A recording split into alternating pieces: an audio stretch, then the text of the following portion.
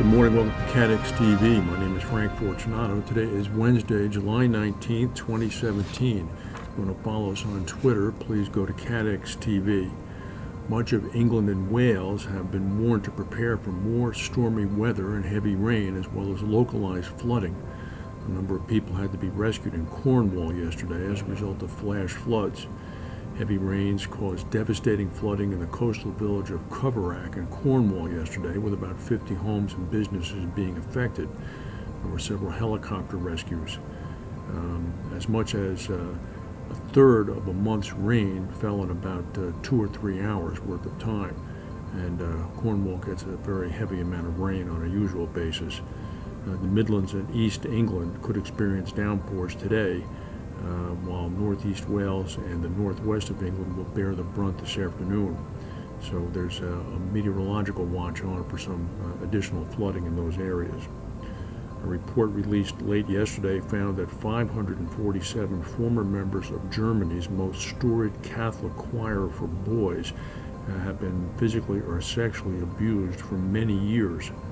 This is pertaining to the Domspatzen choir in Regensburg, which was led for a number of years by the brother of Pope Benedict XVI, George Ratzinger. The abuse was carried out by priests and teachers at the prestigious choir in southeast Germany. The attorney for the group said that he has discovered at least 500 cases of physical abuse and 67 cases of sexual abuse. Claims of misconduct, of course, of abuse by the Catholic Church have been widespread over the last 20 years. Pope Benedict himself served as Archbishop of Munich, which is the supervisory area for this particular alleged incident. The Alberta Motor Association is suing 16 reinsurers that it alleges are balking at paying a $165 million Canadian claim from its treaty provision dealing with forest fires, specifically the Fort McMurray fire of last year. The insurer has cited a clause in its CAT treaty that it said provides for the division of a forest fire that lasts longer than 168 hours into multiple loss occurrences. The insurer sued the reinsurers on July 7th in a Canadian court in Edmonton. The insurers have 2 months to respond. The reinsurers named are Aspen Insurance UK, Everest Reinsurance, Hanover, SCOR Canada, Swiss Re, and TOA Reinsurance Company, as well as 10 Lloyds syndicates. 2 or 3 of the syndicates are Acapella, SA Mico, Catlin Syndicate in 2003, and there's a bit of a list of others. The Fort McMurray fire, of course, had significant damages, estimated to have cost about $4 billion in insured damage in Alberta last year. Lloyds has set out a series of measures to aid recovery after a so-called market turning event, an MTE, which are designed to maintain its solvency and its ability to pay claims. In a report released yesterday, Lloyds revealed 6 guiding principles which aim to allow syndicates to bounce back during the aftermath of major catastrophes and help capital flow back into the market. John Hancock, the director of performance management, said, "We want to make things as straightforward as possible to raise new capital." 6 principles include a commitment by Lloyds to ensure orderly runoff of syndicates which fail after a market turning event, with prioritizing support for existing market carriers ahead of new entrants.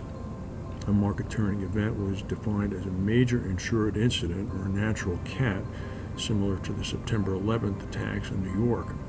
This was cited as the last major event to substantially alter the state of the market. That attack caused rate rises of over 40% across all classes of business.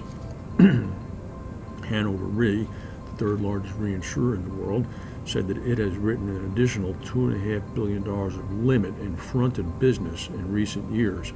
This is after completing $960 million worth of CAT bonds this year. Henning Studolf and his team in the ILS Security Group have been responsible for making Hannover Re one of the largest fronting operations, renting out its paper to groups coming in and acting as a transformer. Hannover Re has enlarged its market share of transformer business with the placement of additional exposures in recent years. They're one of a limited number of reinsurers that play this critical role in the ILS market. After 3 weeks, the internet has returned to Somalia after an outage that has cost the country about $10 million a day. The country repaired a severed undersea cable that was accidentally hit by a ship. The director of the telecom company Hormond, which is the country's top internet operator, said the internet is now back and clients are using it. University studies were disrupted, businesses had to close or improvise, hospital and medical services were interrupted because medical records could not be accessed. The information minister of the country said that we urge internet companies to have a backup plan in place.